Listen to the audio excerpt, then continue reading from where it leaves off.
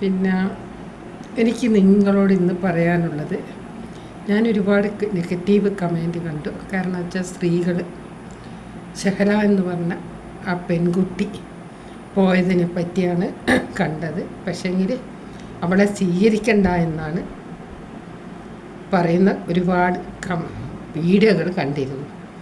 എനിക്ക് പറയാനുള്ളത്, അതേ പക്ഷം ഒരു പുരുഷനെ പോയെങ്കിൽ അവനെ സ്വീകരിക്കണ്ട എന്ന് പറയാൻ ആരും ഉണ്ടാവില്ല. പക്ഷേങ്കിൽ ഇങ്ങനെ പറയാൻ പാടുള്ളതല്ല. കാരണം അവരെ കുടുംബത്തിലെ പ്രശ്നങ്ങൾ നമ്മളറിയില്ല. എന്തെന്നാ പ്രശ്നങ്ങളെന്ന് നമുക്കറിയില്ല. ആരാ നല്ലത്, മറ്റും ഷഹലിയാ നല്ലത്, പിന്നെ ഷഹലിൻ്റെ പ്രശ്നമോ അല്ലെങ്കിൽ പിന്നെ അവളെ ഭർത്താവിൻ്റെ പ്രശ്നമോ ഒന്നും നമ്മളറിയില്ല. അപ്പം ആരെ പ്രശ്നമാണെന്ന് നമ്മളറിയില്ല. അപ്പം നമ്മൾ ഓലെ കുടുംബത്തിൽ നമ്മൾ കയ്യേറാൻ പാടില്ല. എനിക്ക് പറയാനുള്ളത്, ഷഹലയും ഭർത്താവും അധികം പ്രശ്നങ്ങളുള്ള കുടുംബം തന്നെ. എല്ലാവരും അങ്ങ് അഡ്ജസ്റ്റ് ചെയ്ത് 96% പ്രശ്നങ്ങളില്ല പോകുന്നത്. അപ്പം അതിലങ്ങ് അഡ്ജസ്റ്റ് ചെയ്ത് പോക്കന്നെയാണ്. അപ്പം ഇവിടെ സ്വീകരിക്കേണ്ടെന്ന് എല്ലാവരും പറയുന്നത്.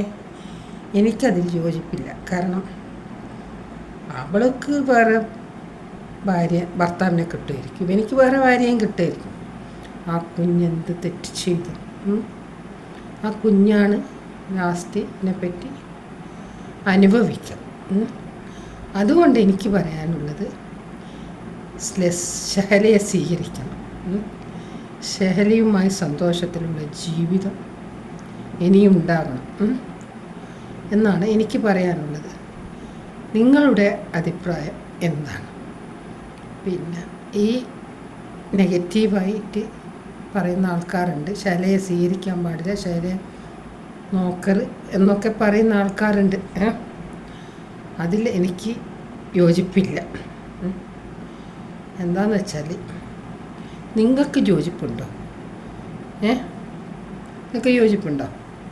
ഒരാൾ നല്ലോണം ജീവിക്കുന്നതല്ല നല്ലത്. അവിടെ തെറ്റ് മനസ്സിലാക്കി തിരിച്ചു പോകും. അവൾക്ക് സമയം കൊടുക്കുക. അവിടെ ഇനി എന്താണ് ഉണ്ടാകുക, അതിന് സമയം കൊടുക്കുക. അതല്ലേ ചെയ്യേണ്ടത്. ഷഹല എന്ന് പറയുന്ന സ്ത്രീയെ കൊണ്ട് എല്ലാവരും പറയുന്നു ഒരു പാവ സ്ത്രീയാണ്. അപ്പോൾ അന്നേരം ചോദിക്കൂ, അവളെ ഭർത്താവ് മോശമെന്നല്ല പറയുന്നു. അവരും നല്ലതായിരിക്കാം, പക്ഷേ അവരെ ജീവിതത്തിൽ ഇങ്ങനെ അബദ്ധത്തിൽ പറ്റിയതായിരിക്കാം.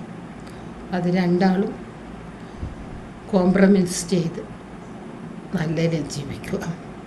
പിന്നെ എനിക്ക് പറയാനുള്ളത്, ലൈക്കും ചെയ്യുക, സബും ചെയ്യുക. എൻ്റെ ഒരു ഓർമ്മപ്പെടുത്തലാണ്. Okay, by.